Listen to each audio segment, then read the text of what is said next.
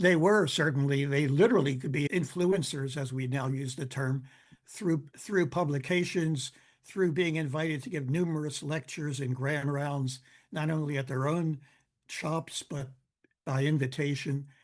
And I know this is where we're going.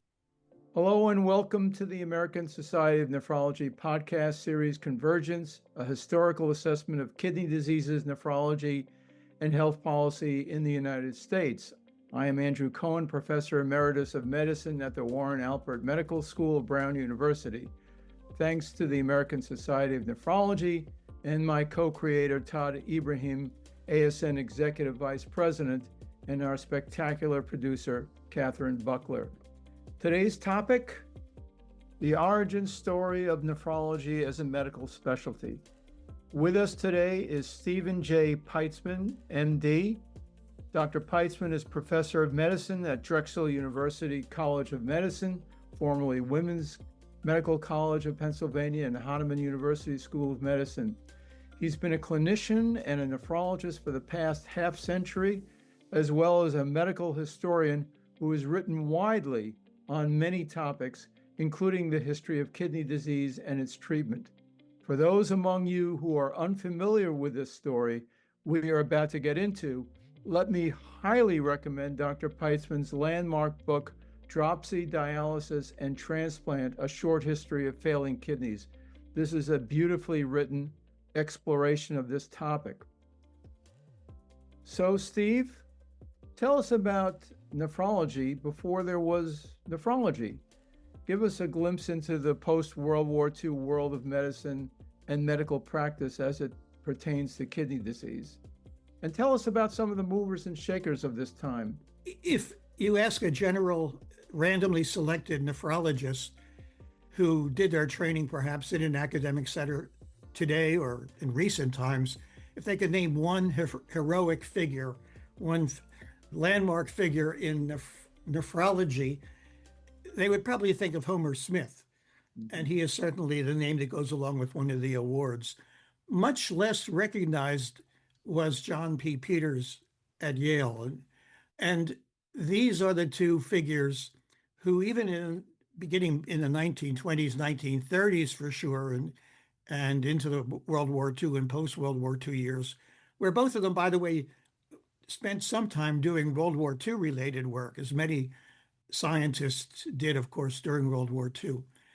And a figure much less known, regrettably, in my mind, I think in yours as well, was Thomas Addis out in San Francisco, who was, in a way, the most complete student of the kidney, not to take anything away from Peters, who didn't really think of himself as a kidney specialist. Homer Smith certainly thought of himself as an individual particularly knowledgeable and interested in kidney physiology, both in people, but also in fish. So Smith, to begin with, introduced us to several key concepts in renal physiology. Clearance, for example, water excretion being another one. These were important seminal observations confirmed with experimental data that formed the basis for a lot of what came down the road in the latter part of the 20th century and was an interest of many early directors of kidney divisions or departments, as well as John Peters, who I'm sure you're going to tell us about his interest in what was then called metabolism, really having to do with an exploration of electrolyte physiology, particularly sodium. Tell us more about these two guys, and then we can get into Addis. Sure, and they do have preeminence in the background of nephrology. Mm-hmm.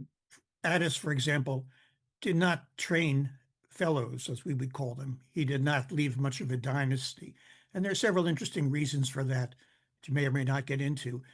Homer Smith, using inulin, and both Homer Smith and A.N. Richards here in Philadelphia have to make some claim for a role in Philadelphia in early renal understanding. But Smith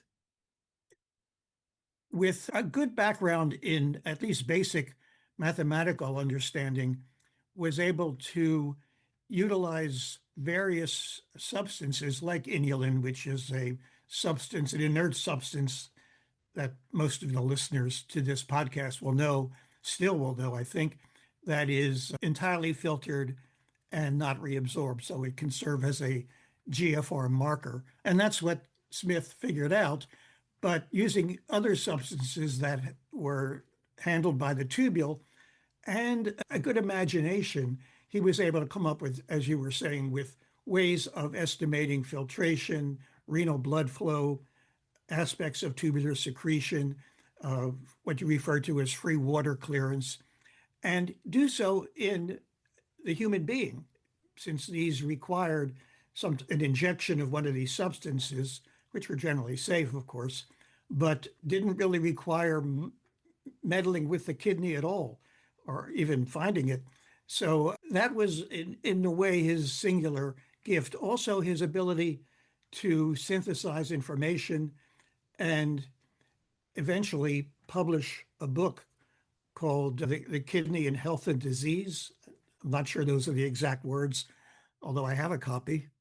It was the Bible of kidney disease and physiology for quite a long time. Peters at Yale, as you said, would identify himself if he was asked to. Well, he would identify himself as a general internist. But if he was further pressed to indicate what his main interests were, it would be in the field called metabolism, which I understand as really the study of disordered physiology, pathophysiology, and the clinical manifestations of various diseases using the laboratory. If it can be measured in a laboratory, it could be in the realm of metabolism as then understood. And so, yes, diabetes for sure. And Peters was very much interested in that, in thyroid disease, in kidney disease, acid base, and electrolytes. So the metabolism program at Yale encompassed studies of water metabolism, electrolytes, as you said, and maybe even secondarily, diseases of the kidney. So these two, Smith and Peters, in contrast to Addis, who did not train many physicians or fellows, Peters and Smith had a line of trainees who then went on to become early division chiefs or department chairs in medicine and nephrology. And based on a lot of your writing, I'm going to just list some of them. Dr. Selden, Frank Epstein, who went on to be chief of medicine at Beth Israel Hospital, J. Russell Elkington at the University of Pennsylvania, Lewis Welt, who was initially at the University of North Carolina, Arnold Relman, who later became chief of medicine at the University of Pennsylvania and then editor of New England Journal of Medicine, Charles Kleeman, Jack Orloff, and Smith had a bunch of trainees as well, which included the Berliner and other people who were trained in renal physiology. So these were the people who became the first division heads, influential division heads, and sort of movers and shakers in nephrology. Is that a fair statement? And one could also deduce from this that many of us who are contemporary nephrologists, including younger members of the younger listeners to this podcast, could be considered, if you will, linear descendants of this pair of physicians and physiologists. Yeah, absolutely. So they were highly influential, exactly as you said, as division chiefs, building this new organization called the Nephrology Division or the Electrolyte Division, whatever it might have been called, at many prominent university medical schools, but also becoming department chairs. These were very, very smart people and capable. Maybe the kidney was a good model for this, capable of organizing complex units and processes as a modern department chair needs to do. Some became deans, as you mentioned, editors of prominent journals. I think Elkington was for some years editor of the Annals of Internal Medicine, if I remember that correctly. They were certainly, they literally could be influencers, as we now use the term, through publications, through being invited to give numerous lectures and grand rounds, not only at their own shops, but by invitation. And I know this is where we're going. And however, their main interest, broadly understood, was again the kidney, but also the kidney as regulator of body fluids and electrolytes, and exploring that realm, both the normal and the pathophysiologic. And so that really cast on the young specialty of nephrology a real interest, almost a worship of pathophysiological and physiological research done in a variety of ways. We're going to return to that subject in a few moments, but I don't want to digress, but I do want to talk a little bit about Thomas Addis, who was a different sort of physician and interest, who also had an interest in kidney disease. Tell us a little bit about him. Right, he's a fascinating figure, and in many ways an appealing figure. Not that the others are not necessarily, but although some of the early leaders of nephrology that you just listed, I'm glad you did, because I can never remember who's with what origin. But some of them were pretty sharp individuals in many senses of that word. And however, Addis, I could talk about for quite a bit of time, but I won't. He was Scottish, and came to the United States to do some sort of fellowship or some role at Stanford, which was then in San Francisco. Again, this is in the 1920s. He had already done some work in hemostasis, I believe, but somehow or other, and I don't remember the details of the story myself at this moment, but he moved into studying kidney disease, Bright's disease, as it was then called, again after Richard Bright. Before it was subcategorized into many different forms. And nephritis was the other term used for it. And he did so at a variety of levels that are really pretty impressive, both at the clinic. He was always a clinician. He always saw patients in the hospital wards, in a back room of his laboratory. So the clinic room was kind of subsidiary to his laboratory, which contained an enormous number of rats. He did studies on compensatory hypertrophy, was one of his main fields of interest, which extended to other organs. And he eventually published his findings, in which he sought to relate chemical changes in something he called the urea ratio, which was really the urea clearance, to remaining renal mass. He really had in his mind at the time that it was critical to understand the remaining functioning renal mass as one could estimate it using measures. And he then became interested in measures that he thought pretty much any physician could do. He was a promoter of using creatinine. So there are many aspects to his work. And one of the most important was, which came back and his work was recognized later after a kind of a gap in recognizing Addis. Basically, he thought that, well, let me just drop back and say, he was quite aware that once kidney disease was present in a chronic form, it progressed. And eventually the patient ended up in a uremic situation, which he kind of dreaded. He was a little, not squeamish isn't the word, just kind of gentle. And it is said that he really had a hard time going to the bedside of patients he had looked after for years when they were in their final pre-morbid condition. His book, Glomerular Nephritis, it was spelled with two words, glomerular and nephritis, Right.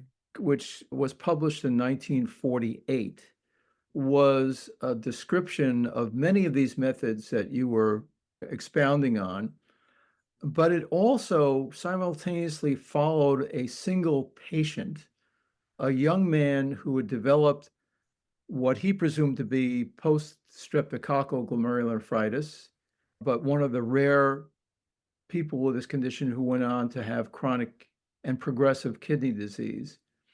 And despite his squeamishness about this, he wrote with a kind of eloquence and a heart-rending description of this young man who, by the time he was in his late 20s or early 30s, died of end-stage kidney disease. This, of course, being in the era prior to dialysis. And he describes in detail how he cared for this patient, including the administration of a sedative, which no longer is in use, paraldehyde, to help him, as he says, ease him from it's the quiet drowsiness we want. The disease itself will soon bring the deep sleep. That's the final word of his book. This actually brings up all these questions that current nephrologists have about what's the role of the nephrologist when a patient either declines to have dialysis or decides to stop dialysis, or what's our role in end-of-life care as it's currently conceived. I think Addis gave us a kind of good model for this. I mean, he was there at the bedside right along with these patients. Yes, absolutely. And I guess one could conceive that that may have been a composite. I tend to believe it was a real patient and one that he appropriately chose for the book. So he also had, there's some wonderful small things about Addis. He created a laboratory group that included some young physicians, but also volunteers. He had several Chinese American lab assistants, Dieners in the German phrase, and he came to assign them co-authorship in some of his papers, in many of his papers. And he, in glomerulonephritis and in some of his other writings, I think in glomerulonephritis, he really commended them for bringing ideas and thoughts to the group meetings, to the laboratory. And I believe, and he says things like that the laboratory and the clinic shouldn't be separated. And they literally weren't, as maybe just space requirements. But again, his exam room was like a closet off of the laboratory. He also is very socially minded. He was a member of several left-wing elements of medicine, as much as they could be left-wing in his day. As was Peters. As was Peters. And that subject actually we covered in a prior podcast on McCarthyism in medicine. We mentioned both Peters and Addis prominently in that discussion. I mean, he was an extraordinary man, and we can't, even though he didn't have the number of trainees that, for example, Peters had, one important trainee or person who went through his lab was, of course, Belding Scribner, who later played a prominent and very important role in the development of maintenance dialysis. One other thing that you brought up earlier was the anatomical study of the kidney. Another thing that you wrote about was Robert Kark, who originated the use of the kidney biopsy in Chicago. Tell us a little bit about that. Right. Just before I do, just one more point about Addis, Sure. which fits somewhat into the story of how nephrology and the treatment of the patient have evolved. Addis believed that the reason the kidney with chronic renal disease and unresolved strep glomerulonephritis or whatever else it might be, one reason that had progressed, or in his mind, the main reason had to do with work of the kidney. Mm-hmm. And in his day, and when he trained especially, the idea of resting a sick organ was prominent. And that certainly came into our time, at least your time and my time, in the care of the patient with a heart attack. You put the patient into complete bed rest. You didn't even allow him or her to lift a coffee cup to their lips. And that was more generally true. You would rest a sore knee. Now we say, no, get the arthritic knee up and moving.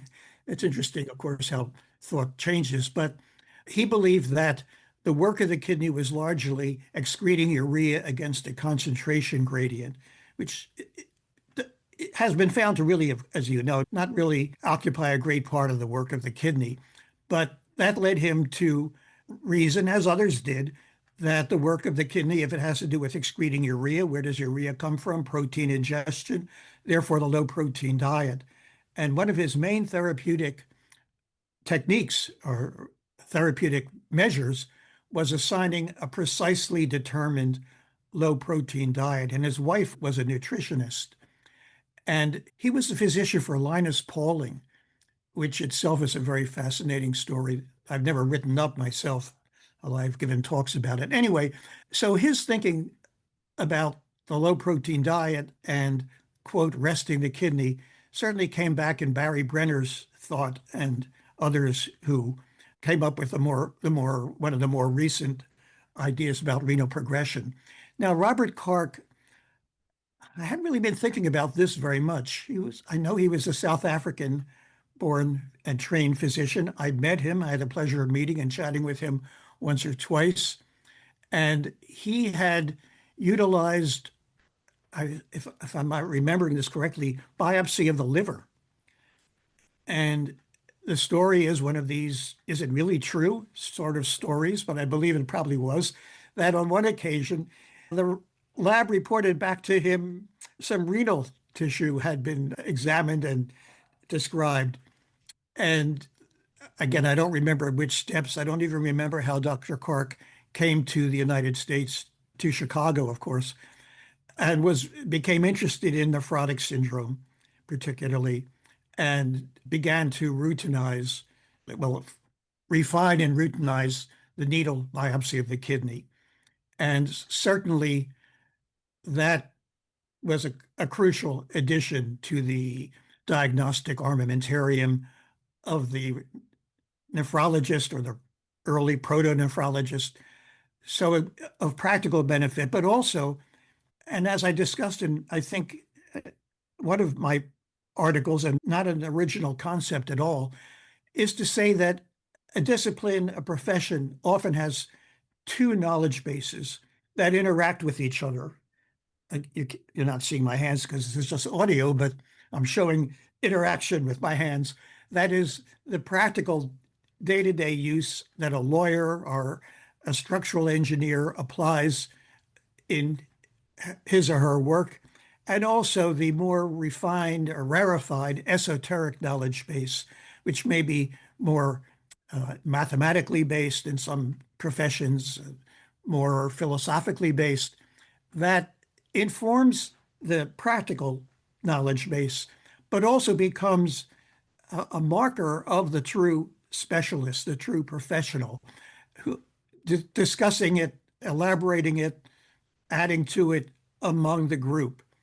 I think that it was a writer named Abbott in a book about the development of professions, I think was one of the main figures coming up with that notion. It seems very applicable in medicine, in nephrology. So the biopsy, in addition to helping understand acute renal failure as where it was first applied, although Kark again became interested in nephrotic syndrome, proteinuric renal disease, of course. But it added to that esoteric knowledge base of all the different glomerular pathologies, membranoproliferative type 1 and type 2. Again, I'm not active in clinical nephrology anymore, so I don't even remember so much of it. Membranous, of course, which is so prominent, IgA nephropathy, for which there's a lot of interest currently. So it added to that knowledge base, which understandably is just beyond the general physician's need.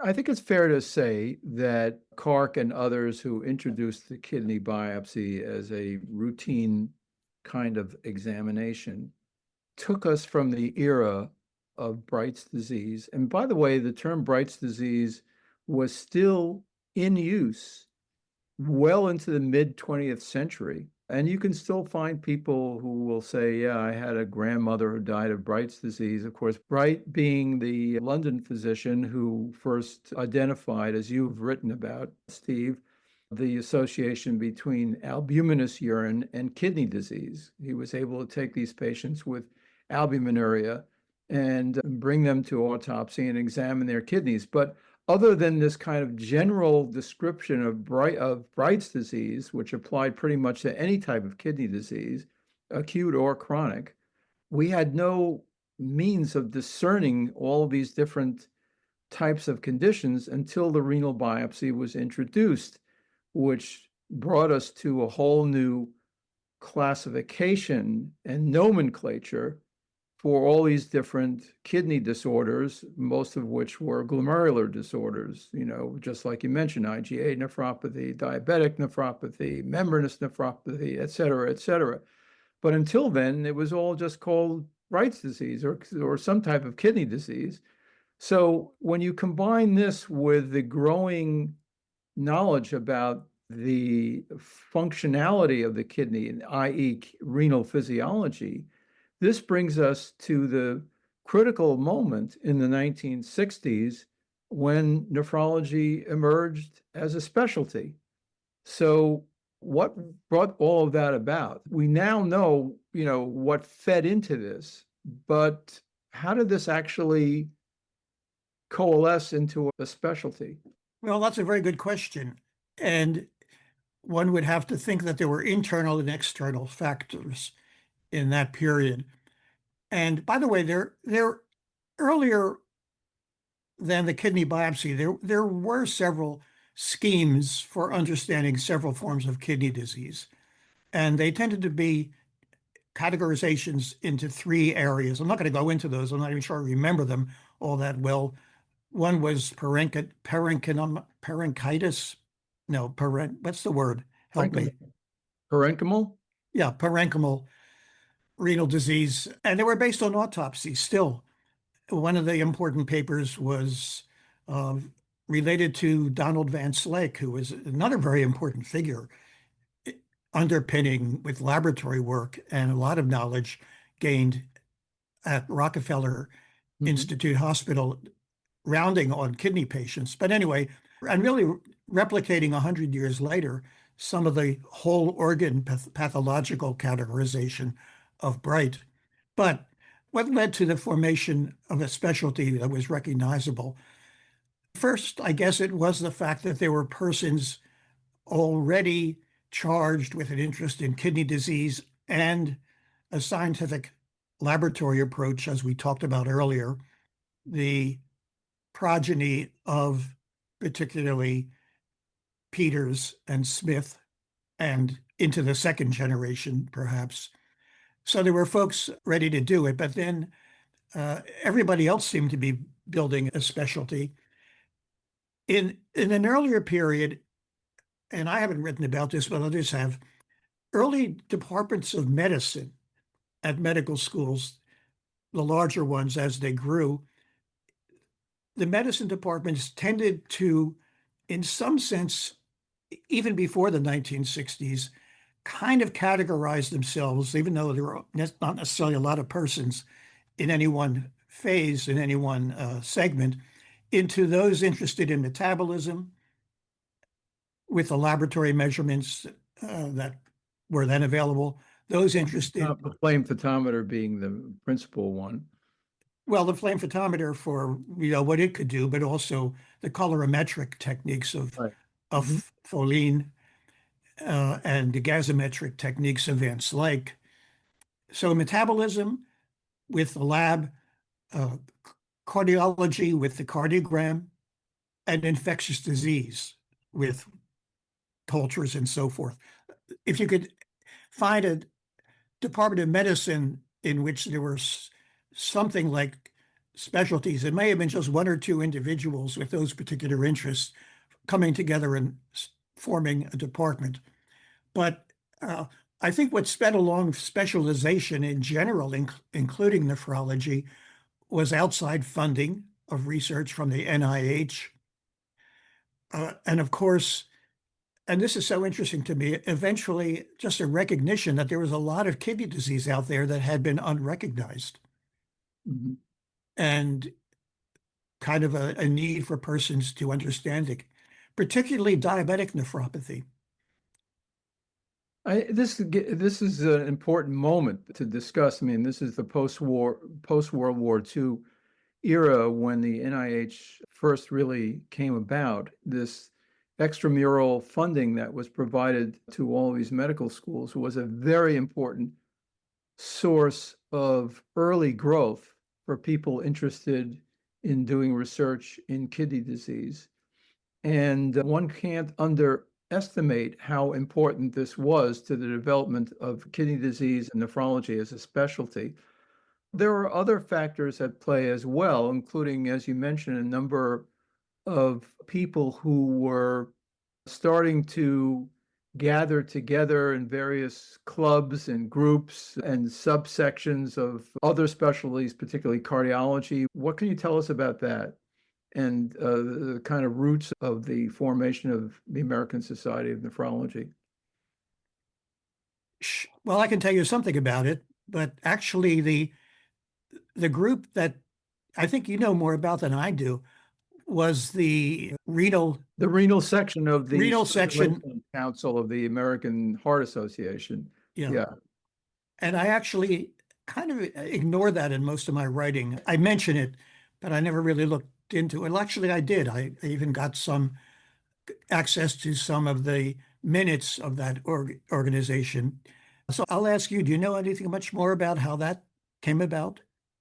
Well, I think this included a number of people who became the nucleus for the American Society of Nephrology, which included Neil Bricker, Dr. Berliner, Chuck Kleeman, John Merrill, and George Schreiner. All these people were members of that group and then decided that it was time to have a specialty society of their own and form this initial, I guess, executive group or council of the American Society of Nephrology. Right. And so they knew of each other, obviously, and they knew each other's publications, and they wanted a setting where they could get together. Beyond, I guess everybody used to always talk about the Atlantic City meetings Mhm. of what was the Federation of Biological Societies or something of that sort. Federation of Clinical Research, Right. and then there was also this very elite group, the Salt and Water Club, that was not widely known about, but had a number of these people in it. All of these were people who were exchanging ideas and later decided that there was a need for a true professional society for people interested in nephrology. And by the way, nephrology itself was a relatively new term in the 1960s. I think the French were the ones who used the term first, and then it was adopted in the United States in the mid 1960s. So if you look at the use of the word nephrology, it really didn't exist until the mid 1960s. Right. And as we talked about earlier, I remember the debate wasn't a formal debate, but in the period I graduated medical school in 71, and it was unsettled as to what the term would be. The purists wanted nephrology, which was a better arrangement of Greek words without mixing Greek and Latin, I think. But yeah, there was a new word. We had no journal, and uh, at that time, in the United States, at least, no major English language journal. So external factors and support from the NIH, also some good support from the Veterans Administration. The VA was pretty early into dialysis when that came about. As everybody should know, it did some major work in hypertension, and it was a major, if direct or indirect, support of research. And I guess among medical schools that had affiliations with the VA, that was if nothing else, that was a place to identify several additional faculty members, some of whom could be in nephrology, as was the case in my own case.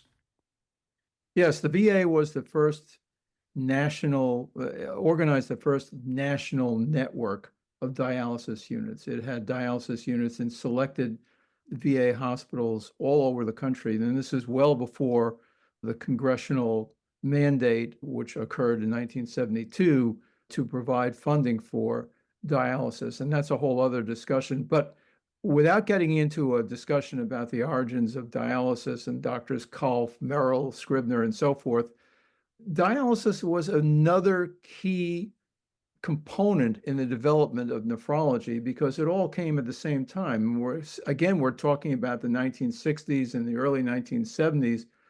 What can you tell us about how the introduction of dialysis influenced the early composition and behavior of renal divisions, if you will, around the country?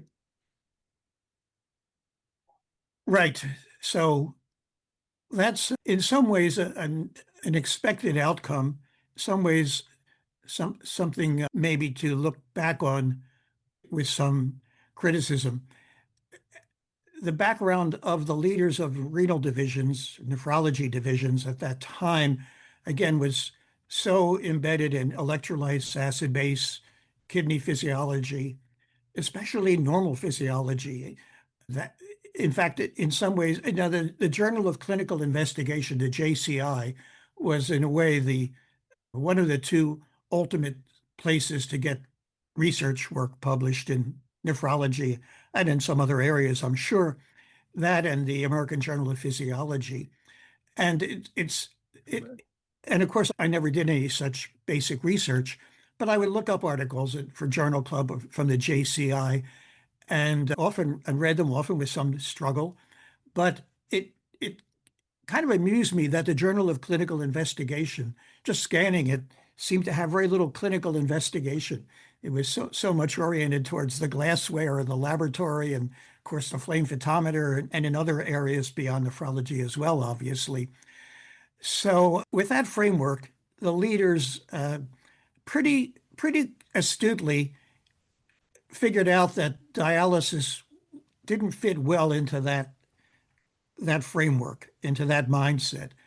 And they were known to say things like there's no science in it, and it really hasn't been studied, even though it seemed pretty clear that it certainly could revive uremic patients, that chronic dialysis with all of its obstacles nonetheless did work.